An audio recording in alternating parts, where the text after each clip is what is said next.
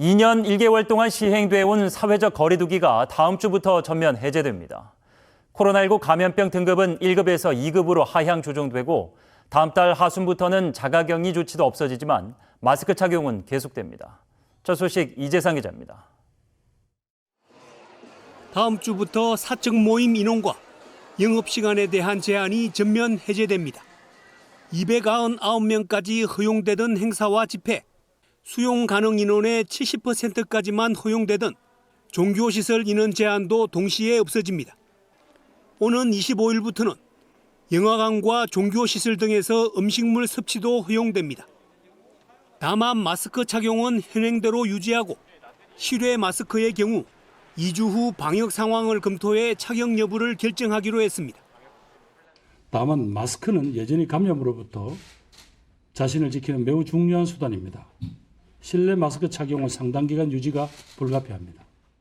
코로나19 감염병 등급은 현재 가장 높은 1급에서 2급으로 낮추기로 했습니다. 높은 백신 접종률과 먹는 치료제 보급 등으로 위험도가 낮아졌고 지금의 의료 대응 방식으론 한계가 있다고 판단했습니다. 코로나19 확진 시 7일 자가격리 의무는 당분간 유지되지만 5월 하순부터는 감염자도 일상생활을 할 수 있습니다. 앞으로도 진단 검사 후 신속하게 치료를 받으실 수 있도록 민간 의료기관 중심의 진단 치료 체계를 지속 지원하겠습니다. 오늘 코로나19 신규 확진자는 12만 5,846명으로 일주일 전보다 8만 명 넘게 감소했습니다.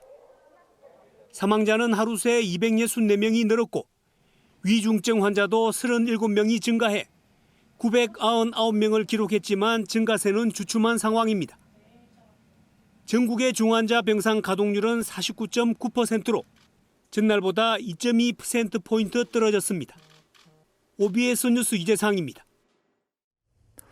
이처럼 정부가 사회적 거리 두기를 전면 해제하기로 하자 시민들은 대체로 환영하는 분위기입니다. 하지만 감염 확산을 걱정하는 목소리도 여전합니다. 이어서 이동민 기자입니다. 꼬치구이집을 운영하는 김성주 씨. 코로나19가 한창일 때 가게를 얻어 장사를 해왔지만 영업시간 제한으로 인건비도 못 버는 상황. 그런데 앞으로 24시간 영업이 가능해진다는 소식에 기대가 커졌습니다.